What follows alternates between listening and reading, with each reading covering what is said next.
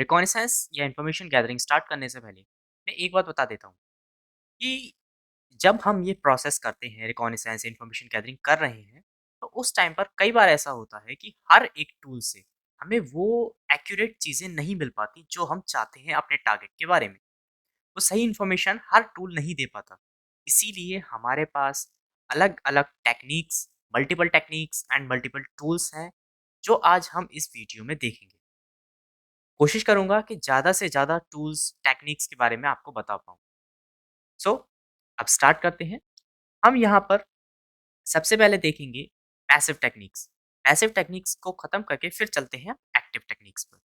Information gathering में अपने target की इन्फॉर्मेशन में सबसे पहली चीज़ होती है उसकी आइडेंटिटी, यानी वो कौन है? ये हमें पता होना चाहिए और उसकी आइडेंटिटी हमें कैसे पता चलेगी अपने टारगेट की?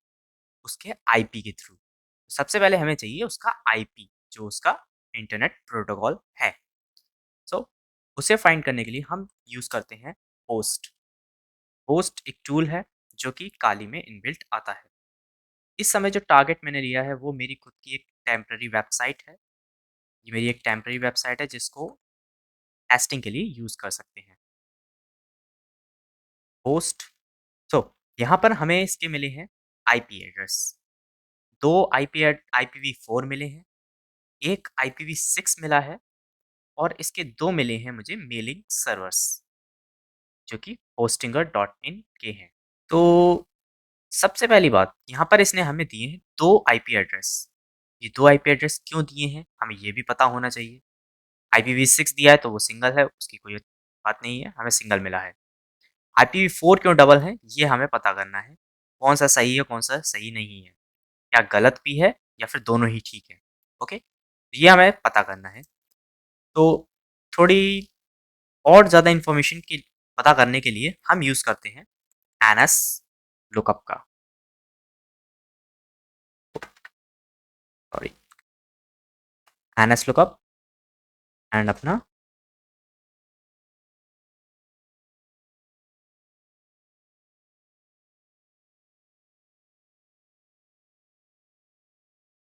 ओके। सो यहाँ पर इसने दिया है मेरा डिफ़ॉल्ट डीएनएस सर्वर। यहाँ पर हमें कोई ख़ास इन्फॉर्मेशन तो नहीं मिली। एग्ज़ैक्ट सेम इन्फॉर्मेशन ही इसने हमें प्रोवाइड कर दी है। बस एक हमारा डिफ़ॉल्ट डीएनएस सर्वर इसने दे दिया है। तो ये हमारे लिए कोई ज़्यादा ख़ास इन्फॉर्मेशन नहीं रही।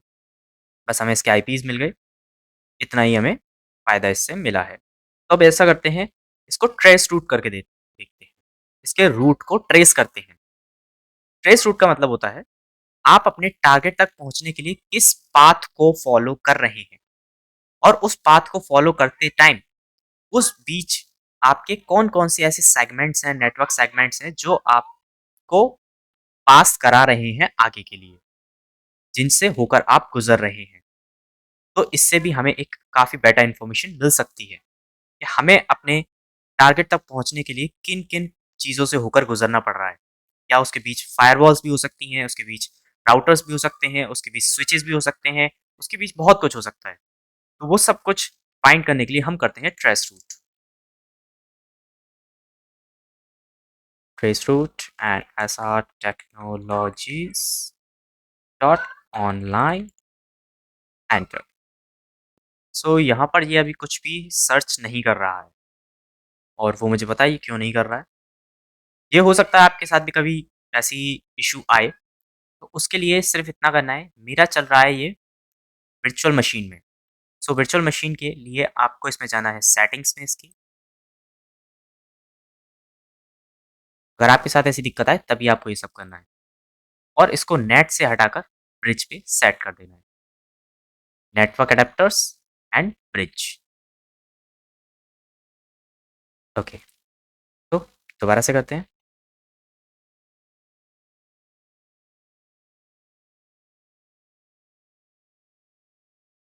ओके, अभी हमारा डिस्कनेक्ट होकर रिकनेक्ट हुआ है। ओके, अब इसने हमें सारे के सारे सेगमेंट्स हमारे दे दिए हैं, जो भी ये फॉलो कर रहा है हमारे टारगेट तक पहुंचने के लिए। सो हमें जो आईपी स्टार्टिंग में मिले थे, एक था 172, एक 104। तो देखते हैं यहाँ पर इसने पहुँचा है ये 172.67.148.89 गिगाहर्ट्ज़ हमारा टारगेट। यानी हमें अब एक्यूरेट आईपी मिल चुका है अपने टारगेट का। जिस टारगेट तक जिस तक ये पहुँच रहा है, जिसके थ्रू ये पहुँचेगा यहाँ तक। रियल आइडेंटिटी उसकी ये रही। तो ट्रेस रूट के थ्रू हमें ये भी पता चल गया और बीच में कितने सेगमेंट्स आ रहे हैं हमें ये भी इसके थ्रू पता चल गया। ये रहा हमारा डिफ़ॉल्ट डीएनएस सर्वर एंड बीच में ये हैं सभी सेगमेंट्स जो भी हमारे पाथ के बीच में आ रहे हैं। ओके?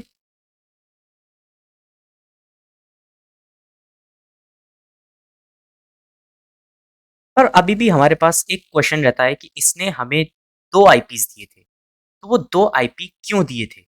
उस दूसरे आईपी का क्या मीन था इसके में? तो वो पता करने के लिए हम यूज़ करते हैं डीएनएस रिकॉन का। डीएनएस रिकॉन काली के साथ इनबिल्ट आता है, जिसको हम यूज़ कर सकते हैं। डीएनएस रिकॉन -d इंडिकेट करता है आपके डोमेन को। Domain technologies dot online. अब इस जगह ऐसा नहीं कि मैं यहाँ पर डोमेन ही लिखूँ, मैं आईपी भी लिख सकता हूँ। बट मैं आईपी क्यों नहीं लिख रहा? क्योंकि अभी हमारे पास 2 आईपीज़ हैं। दोनों में से हमें पता करना है दोनों का क्या चक्कर इसमें चल रहा है। तो उसे पता करने के लिए इसीलिए मैंने यहाँ पर डोमेन लिखा है। लेकिन अगर आपके पास एक्यूरेट सिंगल आईपी है तो आप उसको आईपी को भी यहाँ पर डालकर ट्राई कर सकते हैं। देखते हैं क्या रिजल्ट मेरे को मिलता है इसका। ओके, काफ़ी सारी इन्फॉर्मेशन आ चुकी है अभी तक। ओके, सो यहाँ पर सबसे पहले मुझे पता चला ये इसीलिए 2 आईपीज़ प्रोवाइड कर रहा है क्योंकि ये क्लाउडफ्लेयर के ज़रिए प्रोटेक्टेड है। क्लाउडफ्लेयर की सिक्योरिटी इसमें लगाई गई है, इसीलिए ये हमें 2 आईपीज़ प्रोवाइड कर रहा है और ये कई बार 2 से ज़्यादा भी दे सकता है।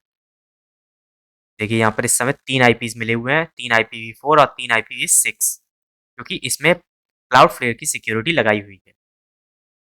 उसके बाद मुझे यहाँ पर मिले हैं इसके नेम सर्वर्स, नेम सर्वर के आईपी दिए गए हैं और उनके वर्ज़न प्रोवाइड किए गए हैं। ओके, देन उसके बाद मुझे मिलता है यहाँ पर इसके मेलिंग सर्वर्स। जो भी मेलिंग सर्वर्स चल रहे हैं और उन मेलिंग सर्वर्स के क्या आईपी हैं और आईपीज़ क्या हैं और IPv4 IPv6 IPv6 नहीं है, IPv4 है ओनली। देन उसके बाद यहाँ पर वही दोनों आईपीज़ आ जाते हैं at last.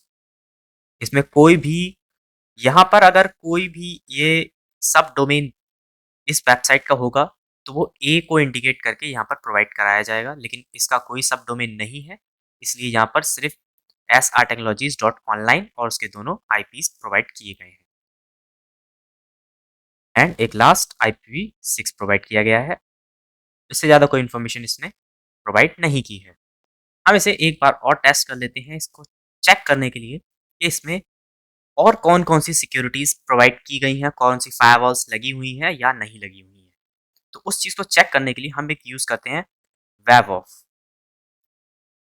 WAFW00F।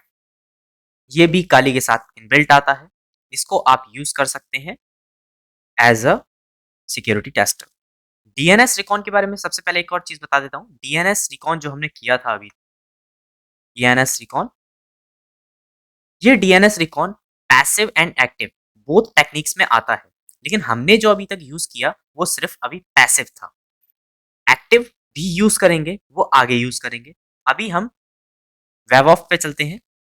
logis.online and enter.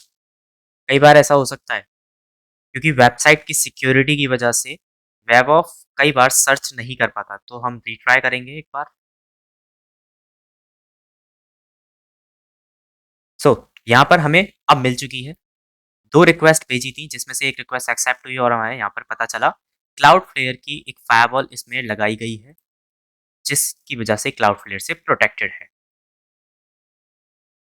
So यहाँ पर हमारा कंफर्म हो जाता है कि हाँ, इसमें एक सिक्योरिटी लगाई गई है जो कि क्लाउडफ्लेयर की है। क्लाउडफ्लेयर की फायरवॉल इसमें लगी हुई है। सो क्लाउडफ्लेयर से प्रोटेक्टेड होने की वजह से हो सकता है कि हम रियल आईपी तक पहुंच ही ना पा रहे हो अपने टारगेट की। हमें जो आईपी शो की जा रही हैं वो रियल ना हो, हमें ये चेक करने के लिए थोड़ा और इसको डीप में अच्छे से इन्फॉर्मेशन गैदरिंग इसकी करनी होगी। उसके लिए हम यूज़ करेंगे डिग यूटिलिटी। अब डिग क्या होता है? अगर आप में से किसी को भी कोई भी टूल नहीं पता कि वो क्या है, किस तरह वर्किंग करता है, तो आप सिंपली यहाँ टाइप करें व्हाट इज़ एंड डिग। मैंने टाइप किया डिग, तो ये बताएगा क्या होता है डिग। डीएनएस लुकअप की एक यूटिलिटी है, एग्जैक्ट जैसे डीएनएस लुकअप काम करता है, उसी की तरह से वर्क करती है, बट थोड़ा और अच्छे से एक मैनर में और एक डीप एनालिसिस करके ये हमें आंसर देती है। किस तरह इसे यूज़ करनी है? तो टाइप करते हैं यहाँ dig S R technologies dot online, enter. So यहाँ हमें पता चला 2 आईपी एड्रेस जो कि हमें अभी तक मिलते ही आ रहे हैं सेम, वही मिले यहाँ भी, जो कि ए कंडीशन में आए थे इसके। यहाँ पर भी हमें वही चीज़ मिली, कुछ एक्स्ट्रा हमें इन्फॉर्मेशन नहीं मिली। आगे देखते हैं, एक यूटिलिटी के साथ हम अपने रिजल्ट को लिमिट भी कर सकते हैं।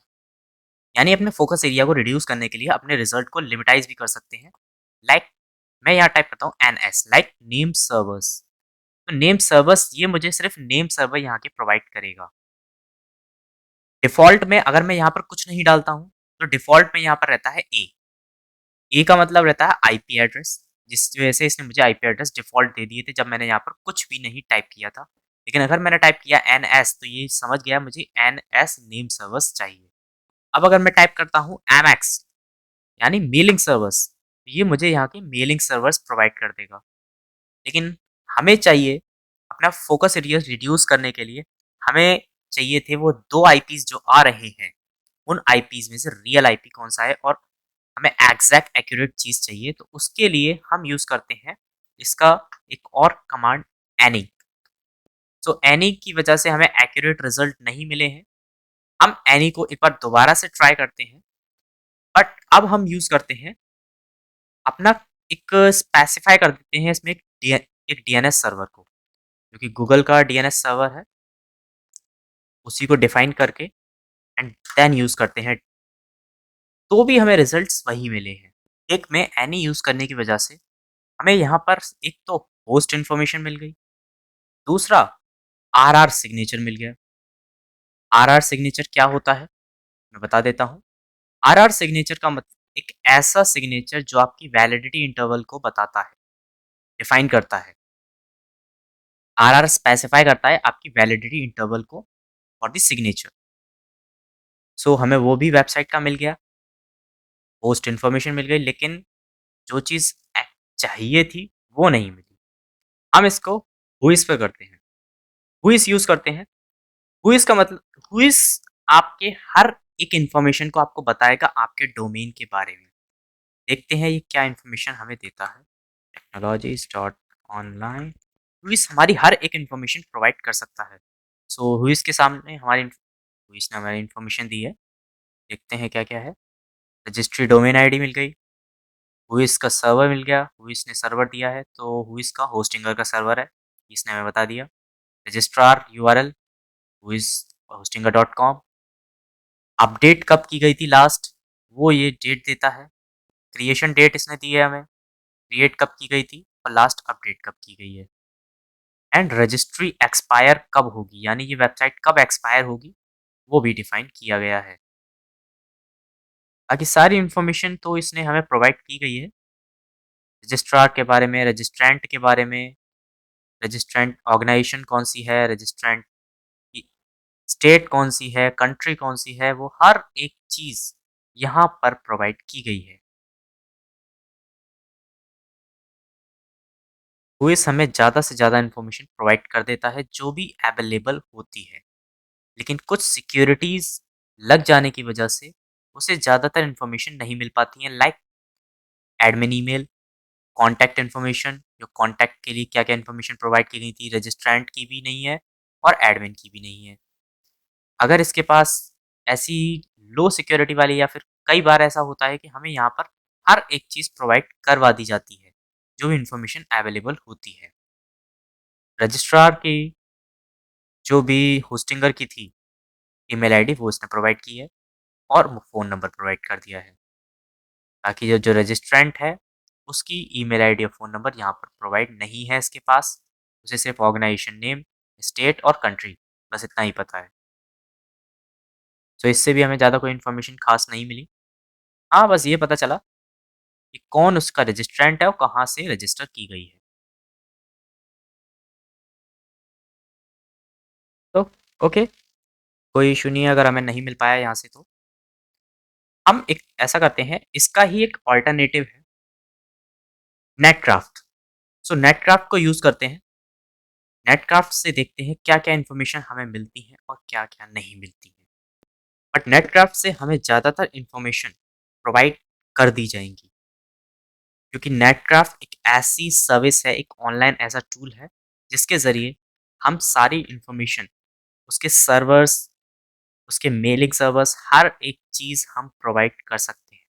सॉरी, एनैमोरेट कर सकते हैं किसी भी वेबसाइट के बारे में। ओके, सर्च करते हैं, लुकअप।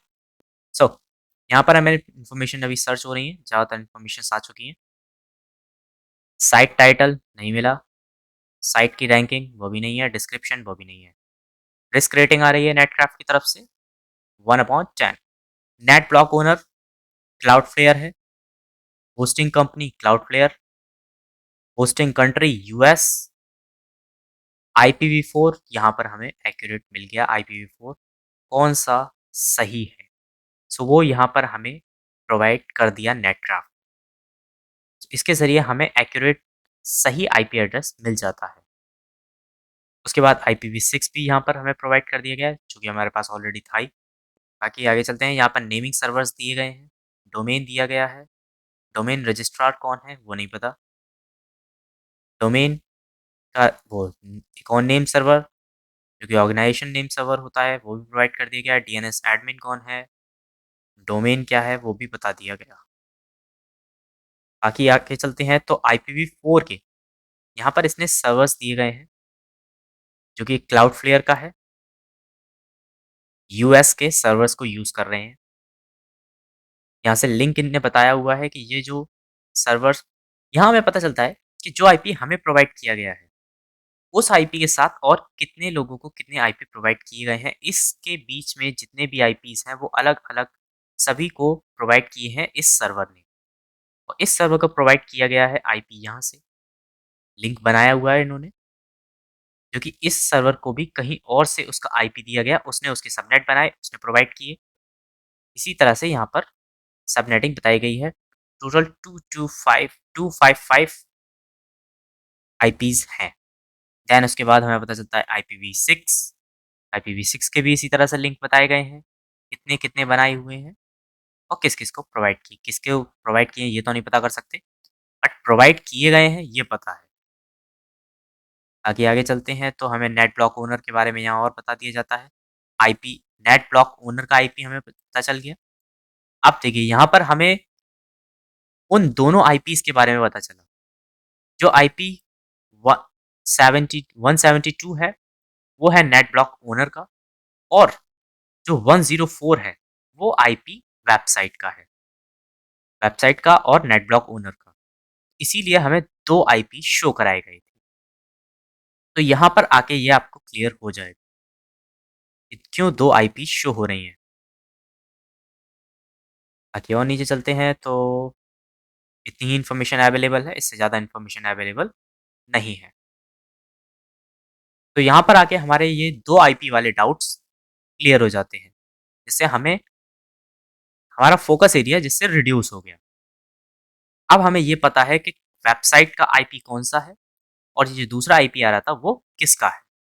इसी तरह नेटक्राफ्ट का भी एक अल्टरनेटिव है, उसका अल्टरनेटिव है डीएनएस डंपस्टर।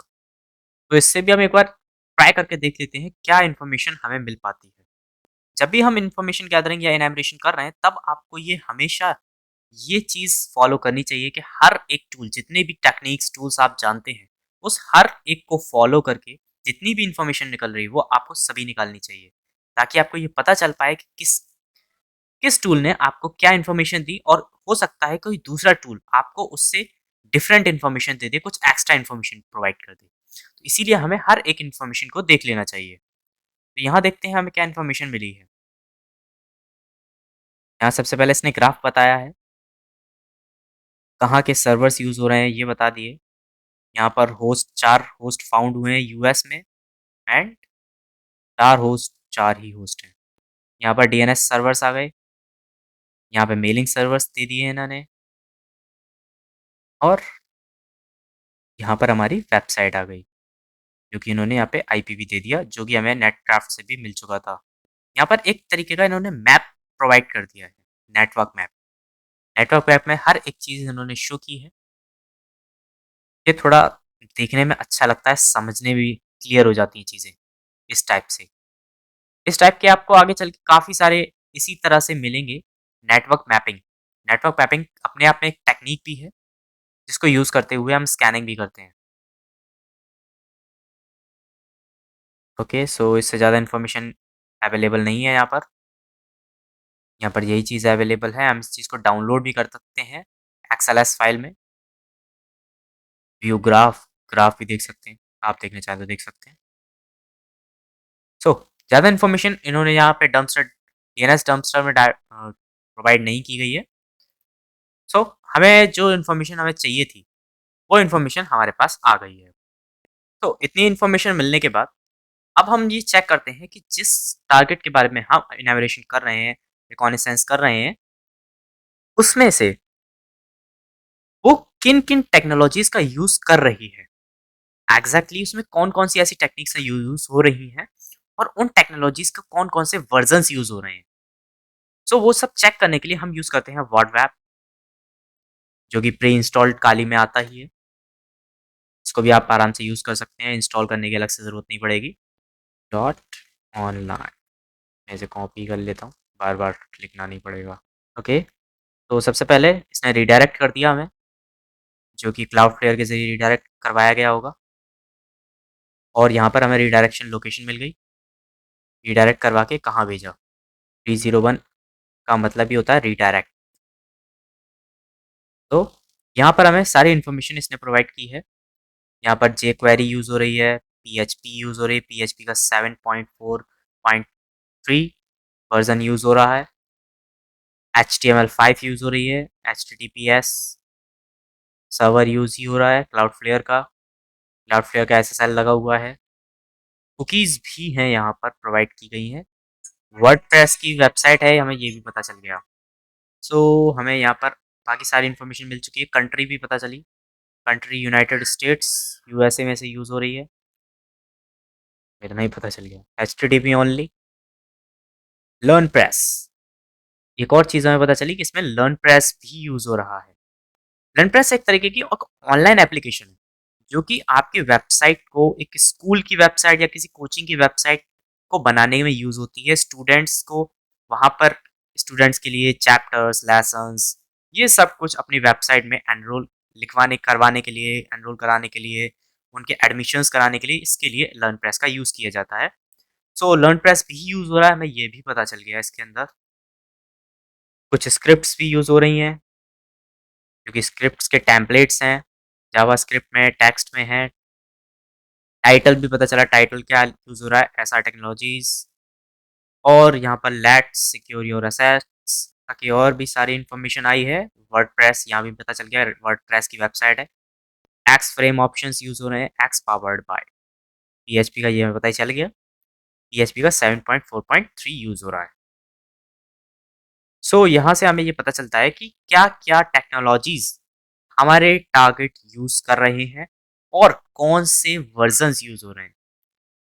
देखिए यहाँ भी हमें ये पता चला इसकी एक्यूरेट आईपी क्या है। यहाँ पर भी नेट ब्लॉक ओनर की आईपी नहीं आई, सीधा डायरेक्ट हमारे टारगेट की आईपी आएगी। तो यहाँ से भी हमें कंफर्म हो जाता है कि हमारे आईपी क्या है टारगेट की।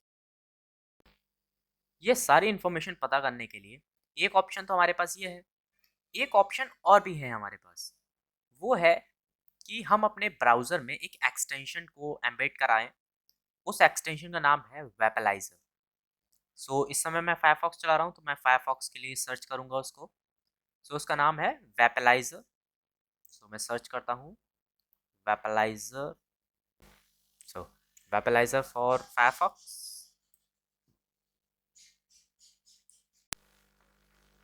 एंड ये वो एक्सटेंशन जिसे हम इसमें अब अपने ब्राउज़र में एम्बेड करेंगे और ब्राउज़र में ऐड करेंगे कह सकते हैं। सो ऐड कर लेते हैं। तो यहाँ पर हमारा एक्सटेंशन ऐड हो चुका है हमारे ब्राउज़र के साथ। सो फिलहाल अब चलते हैं किसी वेबसाइट पर और सर्च करते हैं, टेस्ट करते हैं अपने एक्सटेंशन को।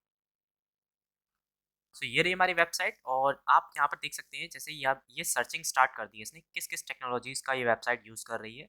सो यहाँ पर सर्च होके नंबर्स आने लगे हैं कितनी टेक्नोलॉजीज़ यूज़ हो रही हैं।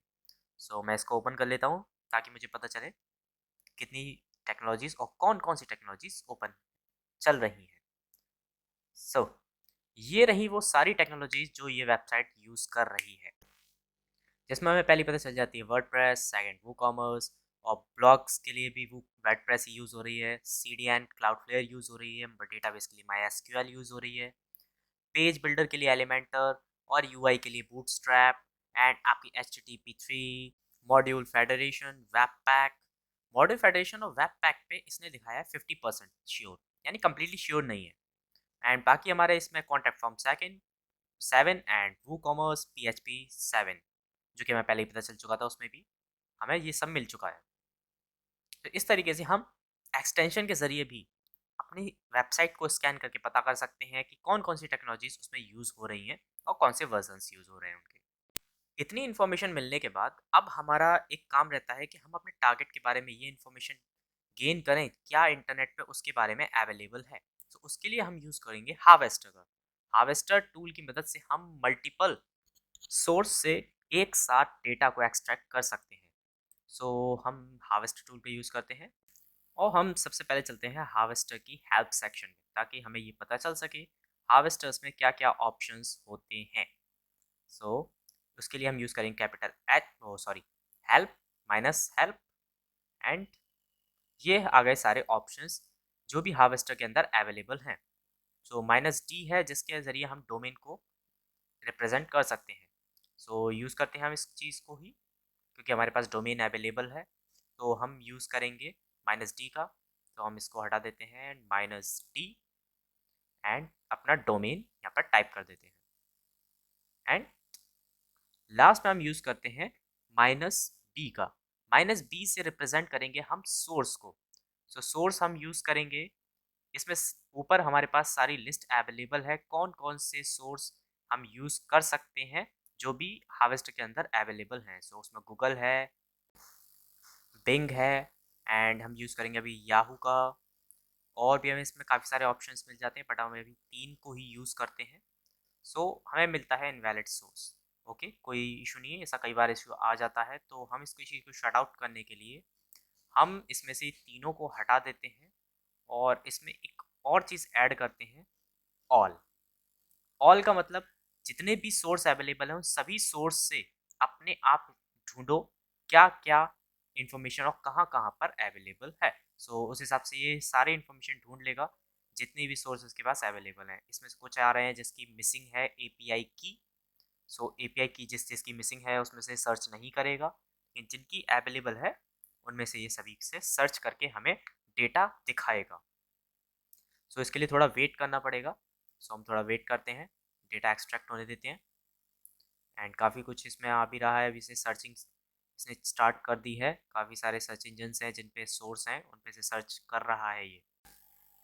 सो इसके रिज़ल्ट कंप्लीट हो चुका है, सर्चिंग कंप्लीट हो गई है जिसमें हमें मिले हैं इसमें 8 आईपी एड्रेसेस मिले हैं। और इसमें क्या डेटा मिला है हम ऊपर देखते हैं। देखिए लिंक्डइन भी इसमें शो हो रहा है, लिंक्डइन पे हमें कुछ भी नहीं मिला है, लिंक्डइन की 0 लिंक फाउंड हुए हैं, ईमेल्स भी हमें कोई नहीं मिला, होस्ट भी हमें कोई भी नहीं मिला। सो अब हम ऐसा करते हैं, इसमें थोड़ा और चेंजमेंट करते हैं और अपने टारगेट को चेंज करते हैं। इस बार हम टारगेट कुछ अलग लेते हैं और हम टारगेट इस बार ले लेते हैं माइक्रोसॉफ्ट को। माइक्रोसॉफ्ट के बारे में तो काफ़ी सारी इन्फॉर्मेशन अवेलेबल होगी और ये टाइम भी काफ़ी ज़्यादा लेने वाला है। देखते हैं कितना टाइम लेगा और क्या क्या हमें रिजल्ट मिलने वाला है अब माइक्रोसॉफ्ट से। सो वेट करते हैं एंड देखते हैं। सो यहाँ हमारी सर्चिंग कंप्लीट हो जाती है माइक्रोसॉफ्ट की एंड इसमें हमें काफ़ी सारा डेटा मिला है जिसमें काफ़ी सारे हमें लिंक्स प्रोवाइड किए गए हैं, उनके आईपी प्रोवाइड किए गए हैं, जिसमें काफ़ी सारे सब डोमेन्स भी अवेलेबल हैं जो भी इसको मिले हैं। एंड इसमें लिंक्डइन काफ़ी काफ़ी सारा डेटा है, बहुत ही ज़्यादा है, जो भी है बहुत सारी लिंक्स अवेलेबल हैं इसके अंदर, गिनती नहीं कर पा रहे, इतनी सारी लिंक अवेलेबल है, शायद 1000 समथिंग होंगी। हमें यहाँ पर टोटल पोस्ट मिले हैं जो यहाँ पर मेंशन्ड किए गए हैं 8643। ईमेल प्रोवाइड किए गए हैं, ईमेल मिले हैं हमें 3021 एंड जो आईपी फाउंड हुए हैं वो 34 आईपीज हमें फाउंड हुए हैं जिसमें से IPv4 एंड IPv6 भी है। लिंक्डइन का जो भी डेटा है हमें कुछ भी नहीं मिला, जीरो फाउंड है। कुछ ऐसी यूआरएल्स हैं जो उनके इंपॉर्टेंट यूआरएल हो सकते हैं, सो वो सारे हमें यहाँ पे प्रोवाइड किए गए हैं। हार्वेस्टर ने हमें हर एक चीज़ निकाल के दिखाई है जो भी उसे मिल सकती थी और जो वो ढूंढ सकता था। तो यहाँ पर इसी तरह से हम हार्वेस्टर के ज़रिए से सारा डेटा जो भी आप इंटरनेट पर अवेलेबल है, पब्लिकली अवेलेबल है, वो एक क्लिक में एंड सिंगल एक प्लेस पर आप सारा डेटा फाइंड कर सकते हैं विद इन अ क्लिक। सो अब हम फाइंड करते हैं अपनी टारगेट के सब डोमेन्स कौन कौन से हैं। ये भी हमें पता होना चाहिए क्योंकि हो सकता है कि हमारे टारगेट की ऑफिशियल वेबसाइट जो है उसमें कोई वल्नरेबिलिटी शायद ना मिले जिससे हम उसको एक्सप्लॉइट कर पाए। लेकिन अगर उसके सब डोमेन्स में भी हमें कोई वल्नरेबिलिटी मिली सो वो भी उसके वेब सर्वर पर ही होगी होस्टेड, उसके थ्रू हम वेब सर्वर के अंदर एंटर हो सकते हैं। सो वो भी हमें पता होना ज़रूरी है। सो उसे फाइंड करने के लिए भी हमारे पास काफ़ी टेक्निक्स हैं जिसमें से कुछ टूल्स बेस्ड है और कुछ मैनुअल है। सो अभी हम देखते हैं कुछ गूगल सर्च टेक्निक्स के थ्रू किस तरह से हम फाइंड कर सकते हैं सब डोमेन्स को। इनके लिए काफ़ी और टूल्स भी आते हैं जो टूल्स हम आगे देखेंगे। एक्टिव टेक्निक्स में आ जाते हैं, ईमास वगैरह है और कुछ और भी टूल्स थे जो पैसे में आते थे, सबलिस्टर वगैरह, बट वो अब प्रॉपर वर्क नहीं करते हैं। कुछ ना कुछ एरर आता है इसलिए उस उन सभी को इसमें से लिस्ट में से हटा दिया है। तो अब गूगल सर्च फाइंड करने के लिए, गूगल सर्च टेक्निक्स के थ्रू फाइंड करने के लिए हम यहाँ टाइप करते हैं साइट स्टार डॉट और अब हमें टाइप करना है अपना टारगेट यूआरएल, टारगेट डोमेन। हम टाइप करते हैं microsoft.com space minus site colon और यहाँ पर आएगा वो ओरिजिनल डोमेन जो उसका ऑफिशियल डोमेन है टारगेट का,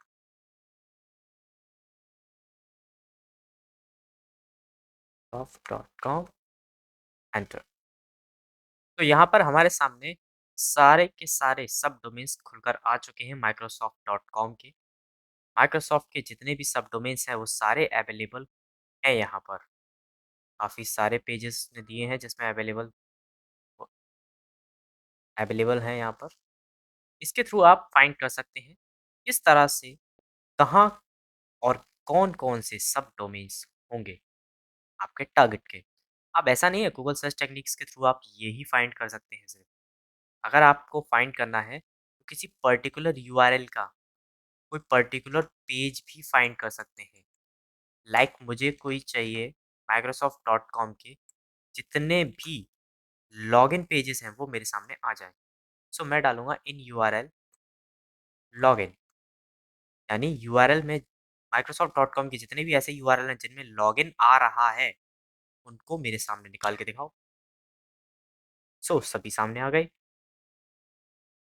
लॉगिन डॉट माइक्रोसॉफ्ट करियर का है, क्लासेस लर्न आ गया, लॉगिन क्लास, आउटलुक का आ गया, जितने भी लॉगिन पेजेस होंगे वो सभी मेरे सामने आ चुके हैं, जितने भी यूआरएल्स में लॉगिन वर्ड आ रहा है और माइक्रोसॉफ्ट.com की वेबसाइट में। इसके थ्रू आप फाइंड कर सकते हैं। एज़ अपनी खुद की वेबसाइट पे भी करके दिखा देता हूँ एक बार। तो इसमें सिर्फ़ एक ही लॉगिन पेज है और वो सामने आ रहा है। इससे ज़्यादा इसमें है नहीं, सो अवेलेबल नहीं दिखा रहा।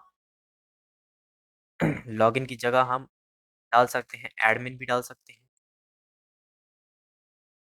एडमिन पेज हमें निकाल के दिखाए, गूगल कैप्च। तो एडमिन नाम का कुछ भी नहीं है, की वजह से इसने कुछ भी दिखाया ही नहीं। तो Microsoft dot online, Microsoft dot, O Microsoft dot online तो है ही नहीं। सो माइक्रोसॉफ्ट डॉट कॉम में भी कुछ ऐसे यूआरएल्स हैं जिसमें एडमिन वर्ड आ रहा है, तो उसने हमें यहाँ पर खोलकर दिखा दिए हैं। सो इस तरीके से आप फाइंड कर सकते हैं, जितना भी आपको डेटा चाहिए वो आप सब निकाल सकते हैं यहाँ से। सो अब हम ऐसा करते हैं, अपने टारगेट के पोर्ट स्कैनिंग भी कर ही लेते हैं, ताकि हमें ये पता चल सके कि ऐसे कौन से पोर्ट्स ओपन हैं हमारे टारगेट के, जो कि वल्नरेबल भी हो सकते हैं। कौन-कौन सी ऐसी सर्विसेज़ हैं जिनके पोर्ट्स ओपन हैं, लाइव हैं। सो उसको करने के लिए हम यूज़ करेंगे एनमैप। एनमैप के बारे में भी ज़्यादा तो मैं नहीं बताऊँगा इस वीडियो में। उसके लिए मैं एक अलग से पूरी प्लेलिस्ट बना दूँगा, जहाँ से आपको सारी इन्फॉर्मेशन एनमैप के बारे में मिल जाएगी। अगर यहाँ बताने बैठूँगा तो बहुत लंबी वीडियो हो जाएगी, ऑलरेडी बहुत लंबी है। सो एनमैप हम चलिए यूज़ करते हैं एनमैप का। Nmap minus capital S, small S, capital oh sorry गलत लगा दिया। स्मॉल एस, कैपिटल एस, इसका मतलब होता है सर्विसेज़। सर्विसेज़ और हमें चाहिए सर्विसेज़ के वर्ज़न्स, तो स्मॉल एस, कैपिटल वी, फिर माइनस कैपिटल एफ, इसका मतलब है फ़ास्ट स्कैन। हम अभी फ़ास्ट स्कैन ही कर लेते हैं, हमें ज़्यादा डीप में अभी नहीं करना है। हमें सिर्फ़ अभी पोर्ट्स पता करने हैं, कौन से ऐसे पोर्ट्स हैं जो लाइव हैं और कौन से नहीं हैं। कौन से नहीं है ये तो पता ही नहीं चलेगा, लाइव हैं वो पता चल जाएँगे। Online enter, what okay, root privilege चाहिए इसको, सो हम इसको दे देते हैं सूडो। स्कैनिंग कर रहा है अभी ये। इसकी साइड में हो सकता है थोड़ा हमारा टाइम लग जाए, 1-2 मिनट या ज़्यादा भी ले सकता है, उससे ज़्यादा भी। तो वेट करते हैं जब तक।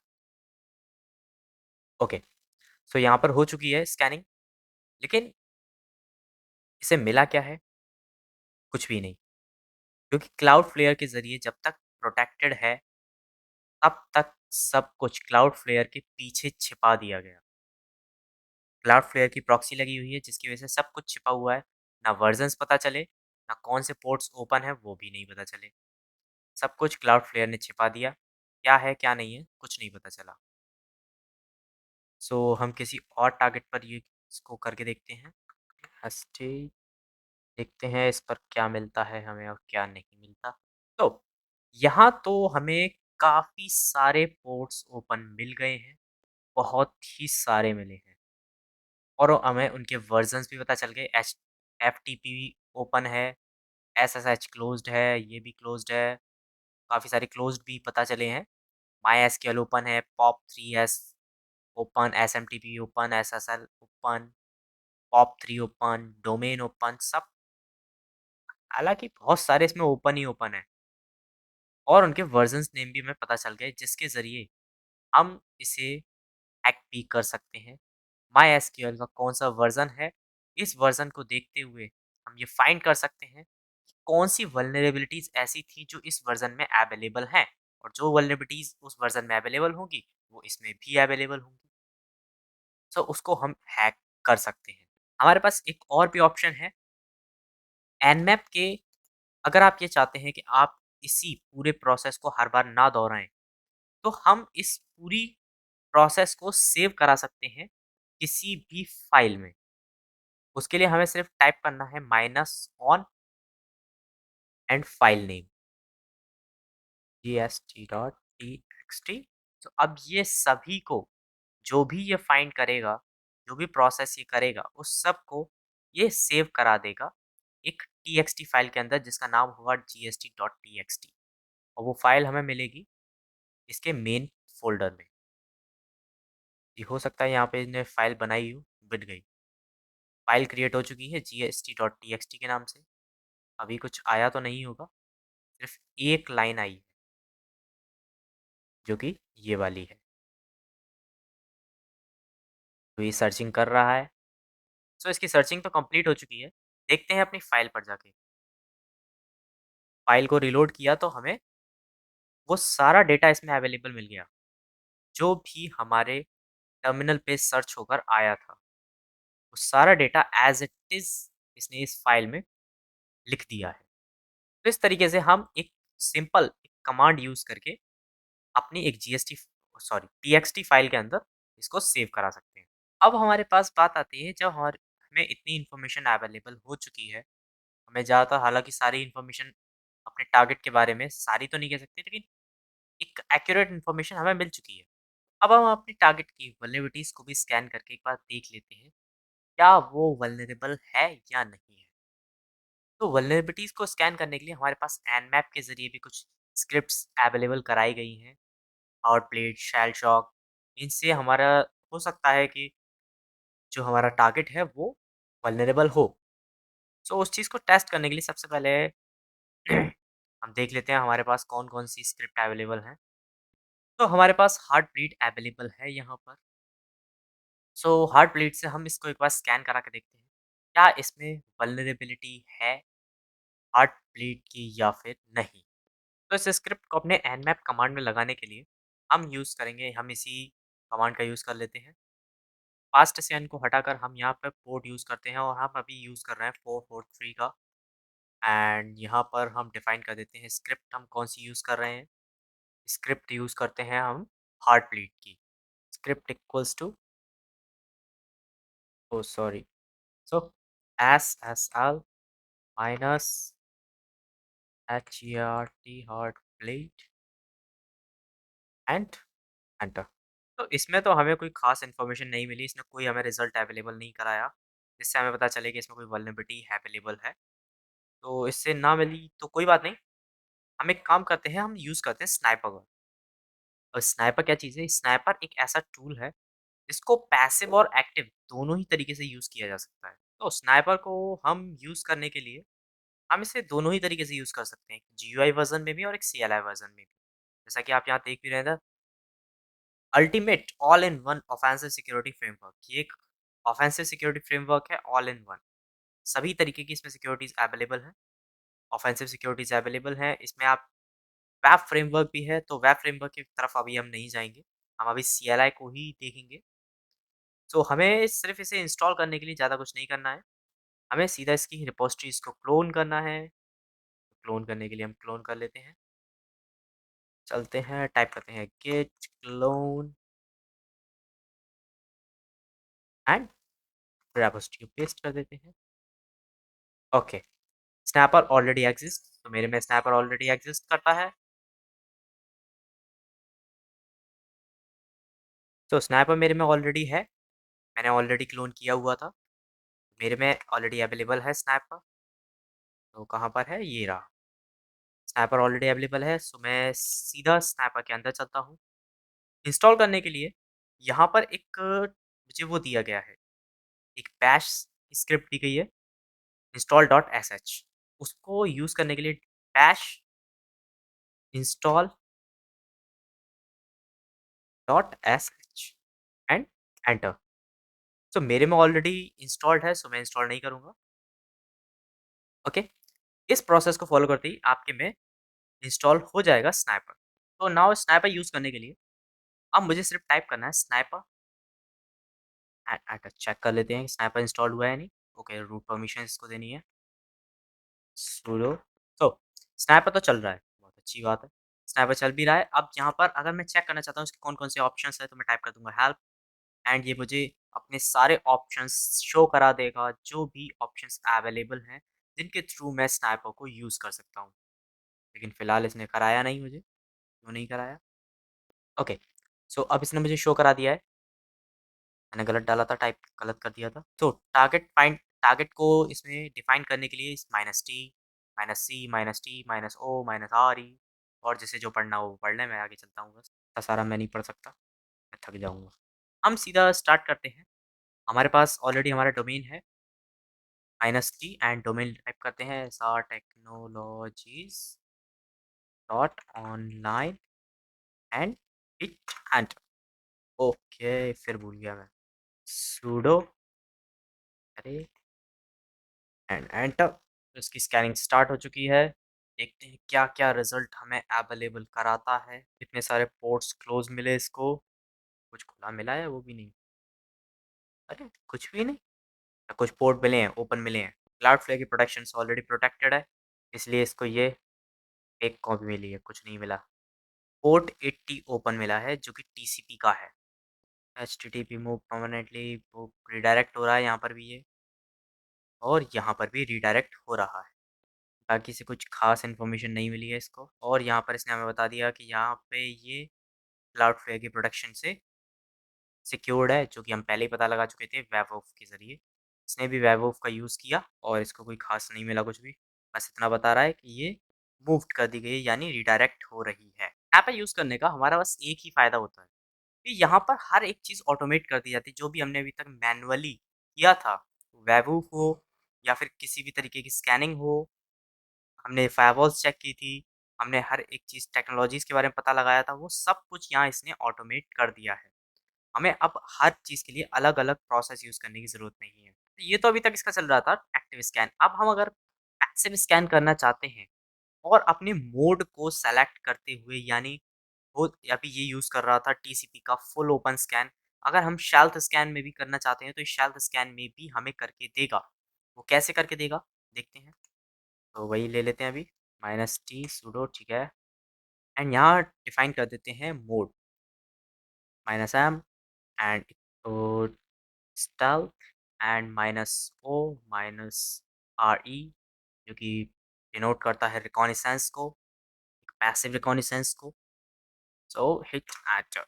यहाँ पर ये हर एक चीज़ में ऑटोमेट हो जाती है जो भी हमने अलग-अलग फाइंड किया था। लाइक देखिए हुईस का भी इसमें आ चुका है यहाँ पर। गैदरिंग हुईस इन्फॉर्मेशन भी इसमें आ चुकी है, अवेलेबल कर दी गई है यहाँ पर। तो अब अगर आप स्नैपर यूज़ कर रहे हैं, तो आप ये मानिए कि आपको अलग-अलग टूल्स पर जाकर अलग से सर्च करने की ज़रूरत नहीं पड़ेगी। यहाँ पर सारी इन्फॉर्मेशन ये अवेलेबल करा देगा स्नाइपर। स्नाइपर में हर एक चीज़ अवेलेबल है। आप एक्टिव करना चाहते हैं या पैसिव वो आपकी मर्ज़ी है। यहाँ आपके हर एक चीज़ अवेलेबल करा दी गई है। ये पैसिव स्कैन था तो पैसिव स्कैन में इसने हर एक चीज़ हमें पैसिवली जो हमने फाइंड की थी, वो इसने शो कराई है। तो इसी के साथ हमारा स्नाइपर का इसने और भी काफ़ी सारी इन्फॉर्मेशन फाइंड कर दी है, जो भी हमने पैसिवली फाइंड की थी without interacting with our target और अभी फाइंड कर ही रहा है। अच्छा इसका एक फ़ायदा और है, हम जो भी अभी तक जैसे एनमैप से हमने एक टीएक्सटी फाइल में अपने डेटा सेव कराया था, उसी तरह sniper without any extra extensions और ऑप्शंस ये हमारे डेटा को सेव करा देता है फाइल्स में। जैसे कि अगर हम जाना चाहें, ओपन करके देखना चाहते हैं, तो अपने जाते हैं फाइल सिस्टम में, यहाँ पर इसने एक शॉर्टकट क्रिएट कर देता है स्नाइपर के नाम से। स्नाइपर के अंदर जाते हैं, स्नाइपर में लूट एंड वर्कस्पेस में जो हमने किया था अभी तक, उसके एक नाम से ऐसा टेक्नोलॉजीज़ डॉट ऑनलाइन के नाम से हमने किया है, तो उसकी एक फ़ोल्डर बनेगा, उस फ़ोल्डर के अंदर हमें जाना है रिपोर्ट्स एंड रिपोर्ट्स में तो अभी ये फाइंड कर रहा है इसलिए अभी तक रिपोर्ट तैयार नहीं हुई है। अभी तक रिपोर्ट्स तो जनरेट नहीं हुई हैं क्योंकि अभी स्कैनिंग चल रही है उसकी और इसी तरह यहाँ पर डोमेन्स भी आ जाते हैं। कितने डोमेन्स पर हमने अपने टारगेट डॉट टीएक्सटी के नाम से फ़ोल्डर बनता है, कितने टारगेट्स पर इसने स्कैनिंग अभी तक परफ़ॉर्म की है। सो 7 बार की है इसने और सेम टारगेट पे की है। इसी तरह से हर एक इन्फॉर्मेशन इसमें सेव हो जाती है। अभी तक फ़िलहाल रिपोर्ट्स जनरेट नहीं हुई हैं, तो हमारे इस पे स्कैनिंग में काफ़ी टाइम लग रहा है। हम स्कैनिंग को यहीं पर रोक देते हैं, लेकिन ऐसा नहीं है कि इसमें हमारी ये फ़ाइल अगर मैंने रोक दी है तो सेव नहीं हुई, सेव हुई है। अगर हम रिपोर्ट्स में जाके आउटपुट में जाते हैं, आउटपुट में जाकर देखिए यहाँ पर 2 फ़ाइल्स क्रिएट हुई हैं, एक जो मैंने पहले स्कैनिंग की थी और एक जो अभी करंट में स्कैनिंग मैंने की है। तो उस करंट स्कैनिंग को मैं ओपन करता हूँ, तो यहाँ पर हर एक चीज़ जो भी स्कैनिंग के टाइम पर आई थी, आउटपुट में वो सब कुछ यहाँ पर इन्होंने एज़ इट इज़ सब कुछ स्टोर किया हुआ है। तो मैं कभी भी इसको देख सकता हूँ जब तक ये स्टोर मेरे में रहेगी, मैं डिलीट नहीं करता, तब तक मैं इसको शो कर देख सकता हूँ। तो वो सारी चीज़ें यहाँ पर अवेलेबल कर दी गई हैं।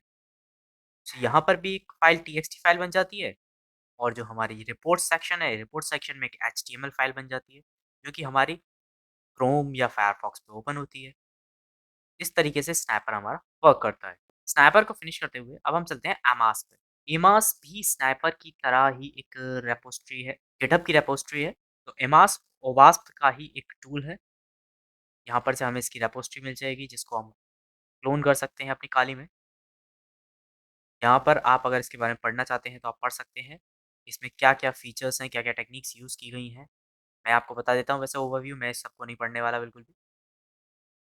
ये एक एक्टिव टूल है, जो कि एक्टिव टेक्निक्स का यूज़ करता है, कुछ पैसिव टेक्निक्स का भी यूज़ करता है। ये हमारा हर एक काम कर सकता है। हमारे सब डोमेन्स फाइंड करना हुआ, हमारा व्हिच फाइंड करना हुआ या फिर हमारे जितने भी certification DNS, reconnaissance and etcetera, etcetera बहुत कुछ। ये सब कुछ कर सकता है। सो एक तो हमारा ये ऑप्शन है कि हम यहाँ से रिपॉज़िटरीज़ को कॉल कराएँ, डाउनलोड करें और यहाँ से इंस्टॉल कर लें। दूसरा ऑप्शन हमारे पास एक और भी है, जो कि काली के पास इसकी ऑलरेडी रिपॉज़िटरीज़ होती हैं, तो हम इसको apt install sorry install mass and attend sorry इसको सुडो देना पड़ेगा एंड ये इंस्टॉल हो जाएगा क्योंकि काली के पास इसकी ऑलरेडी रिपॉज़िटरीज़ होती हैं, तो ये यहाँ से इनको इंस्टॉल करा लेगा। तो अब इमास हमारे यहाँ इंस्टॉल हो चुका है, देख लेते हैं एक बार चेक करके। ओके, कांग्रेचुलेशंस, इमास इंस्टॉल हो गया सक्सेसफुली। तो इमास को यूज़ करने के लिए हमारे पास यहाँ पर कुछ सब कमांड्स भी दी गई हैं सब डोमेन्स की तरह, यानी कि इंटेल, इनम, इनैमोरेशन करने के लिए या फिर हम इनैमोरेट एंड नेटवर्क मैपिंग करने के लिए, विजुअली इनैमोरेटिंग रिजल्ट, ट्रैक और एक्सेट्रा एक्सेट्रा फलाना-ढिकाना, वो सब देखते रहेंगे। सो हम अभी करते हैं कुछ फाइंड करके देखते हैं एमास के ज़रिए। सबसे पहले सबको क्लियर कर देते हैं। एमास, इंटेल एंड अभी हम व्हिस यूज़ करते हैं। एमास के ज़रिए व्हिस करके देखते हैं। तो हमारा -d जिससे हम डोमेन को डिफाइन करेंगे, SR technologies dot online and यहाँ पर डिफाइन करेंगे dir डायरेक्टरी।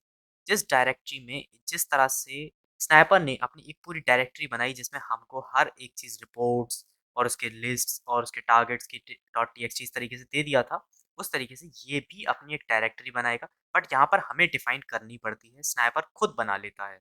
तो हम यहाँ डिफाइन कर देते हैं SRT और ये भी मुझे मिलेगी तो मेरी फ़ोल्डर में, मेन फ़ोल्डर में जो कि काली नाम से है। देखते हैं यहाँ पर बनी होगी ज़रूर। एसआरटी के नाम से बन चुका है डायरेक्टरी एक। इमास लॉग्स आ गए इसके अंदर और जैसे-जैसे ये सर्चिंग करता रहेगा वैसे-वैसे इसके अंदर क्रिएट होते चलेंगे। इसकी सर्चिंग में हो सकता है थोड़ा टाइम लग जाए, तो इसने हमें कुछ फाइंड करके दिया है। क्या फाइंड किया है वो देखते हैं पहले।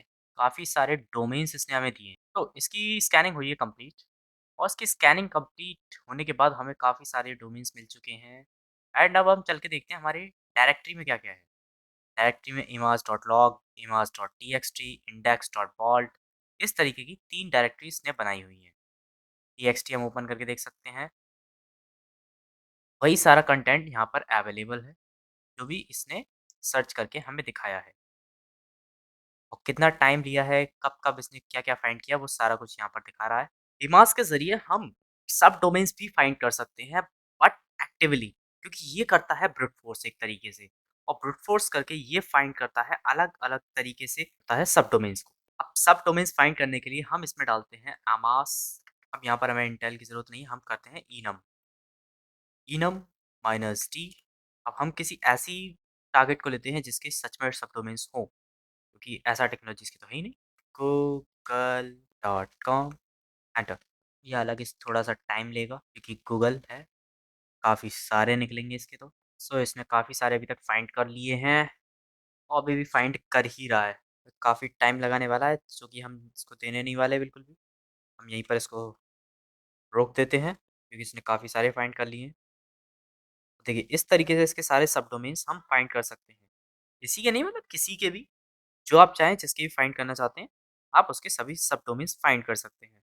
ये तो एक था कि एक्टिवली उसने स्कैन किया एमास ने, बट हम कुछ और भी यूज़ कर सकते हैं एमास से सब डोमेन्स को फाइंड कराने के लिए क्योंकि कई बार ऐसा होता है कि हाँ, कुछ रेस्ट्रिक्शंस की वजह से सब डोमेन्स फाइंड नहीं हो पा रहे हैं या एरर आ रहा है या कुछ भी ऐसे चीज़ें आ रही हैं, तो उसको सॉर्ट आउट करने के लिए एमास के ज़रिए हम ये भी सॉर्ट आउट कर सकते हैं। उसके लिए हमें करना पड़ेगा src source IP and -brute brute force। So brute force and अगर आप dir और जो हमने डाली थी SRT एंड एंटर। ओके, हमने ब्लड डाल दिया। ये SRC होना चाहिए। फिर से हमने गलती की है गूगल को ही लेकर। हम गूगल को इस बार नहीं लेंगे क्योंकि ये टाइम बहुत लगाता है। SR technologies dot online. अब नहीं है तो क्या हुआ? शो तो करा ही देगा ना, कुछ ना कुछ तो रिज़ल्ट देगा। तो हमारे पास रिज़ल्ट निकल के आ चुका है। रिज़ल्ट क्या खाक आएगा? सब डोमेन्स ही नहीं है तो। लेकिन इसने हमें 3 दिए हैं, srtechnologies.online, ftp.srtechnologies, www.srtechnologies.online। इस तरीके से हमें ब्रूट फोर्सिंग करने के बाद हमें सिर्फ़ ये मिला और डीएनएस तो ये था ही हमारा, बाकी इसको और कुछ नहीं मिला। अगर होते, तो ये ब्रूट फोर्सिंग का यहाँ पे शो करता कि ब्रूट फोर्सिंग करने के बाद मुझे ये सब अवेलेबल मिले। तो इसे कोई सब डोमेन नहीं मिला, इसने सिर्फ़ सीधे नेट ब्लॉक ओनर दिखाया गया था, वो था और ये इसका रियल आईपी है, ये IPv6 है, जिसको इसने समझ लिया है कि यही सब डोमेन्स हैं। इसके है ही नहीं तो इसको कुछ मिला भी नहीं। तो इसका जो रिज़ल्ट आया है, अगर हम उसको एक विज़ुअल फ़ॉर्म में कन्वर्ट करना चाहते हैं, तो देखिए यहाँ पर हमें जैसे ऑप्शन दिए गए थे, एमास एमास का एक विज़ ऐप का एक हमें कमांड सब कमांड दी गई थी, जिसमें इसको बताया गया था विज़ुअलाइज़ द इनैमोरेशन रिज़ल्ट। तो जो भी रिज़ल्ट आया है, उसको विज़ुअलाइज़ करने के लिए, एक विज़ुअल फ़ॉर्मेट कन्वर्ट करने के लिए क्या प्रोसेस है? सो उसको करने के लिए सबसे पहले जैसे हम देख लेते हैं, हमारे पास थी डीबी, हमने एक डेटाबेस बनाया था, वो डेटाबेस एक डायरेक्टरी के अंदर था जो कि DIR, हमने नाम रखा था SRT। ओके, हमने थोड़ा-सा गड़बड़ लिख दिया, हमने एक चीज़ ऐड नहीं की, इसमें हमें लिस्ट और करना है इसको, ताकि वो लिस्ट हमें निकाल कर दे, क्योंकि उसे पता ही नहीं चला कि करना क्या था। तो हमारे पास एक लिस्ट निकल के आ चुकी है, तो लिस्ट तो आ चुकी है, अब इस लिस्ट को हमें विज़ुअलाइज़ करना है, अपने रिज़ल्ट जो हमें रिज़ल्ट है हमारे पास स्टोर्ड है डायरेक्टरी के अंदर, उस रिज़ल्ट को हमें विज़ुअलाइज़ करने के लिए हम यूज़ करेंगे अमास विज़ and dir srt and -d3। -d3 का मैं यूज़ करूँगा इसमें। अब मैं चलता हूँ अपने फ़ोल्डर के अंदर और देखता हूँ मेरी srt नाम की फ़ाइल ये रही एंड एक एचटीएमएल फ़ाइल यहाँ पर क्रिएट हुई है। तो एचटीएमएल फ़ाइल को ओपन करते हैं, तो ये फ़ाइल हमारे सामने आई है। इस फ़ाइल में हर एक कनेक्शन को शो कराया गया है, कौन-कौन से कनेक्शंस हैं और किस कनेक्शन में किस कहाँ-कहाँ से लिंक है। अगर मैं इसको थोड़ा ज़ूम करता हूँ, कंटेंट है, प्रीफ़िक्स हैं और रिकॉर्ड्स हैं, एनएस रिकॉर्ड्स हैं। एनएस रिकॉर्ड्स में अगर मैं क्लिक करूँ, देखिए यहाँ पर डोमेन मेरा दिया गया है, सोर्स दिया गया है। डोमेन एसआर टेक्नोलॉजीज़ और सोर्स डीएनएस दिया गया है। ये देखते हैं, ये मेलिंग सर्वर्स हैं, ये भी मेलिंग सर्वर होगा और ये इसका डोमेन है, मेलिंग सर्वर का डोमेन है होस्टिंगा डॉट इन। इसी तरह यहाँ पर भी क्लाउडफ्लेयर, जो कि यहाँ पर सिक्योरिटी लगाई गई है, सिक्योरिटी लगी हुई बता रहा है कि क्लाउडफ्लेयर से लगी हुई है। यहाँ पर इसके नेम सर्वर्स दे दिए गए हैं, ये भी सेकंड नेम सर्वर इसका, एड्रेस दिया गया है, नेम सर्वर्स के एड्रेस और आपके इन नेम सर्वर्स के एड्रेस दिए गए हैं।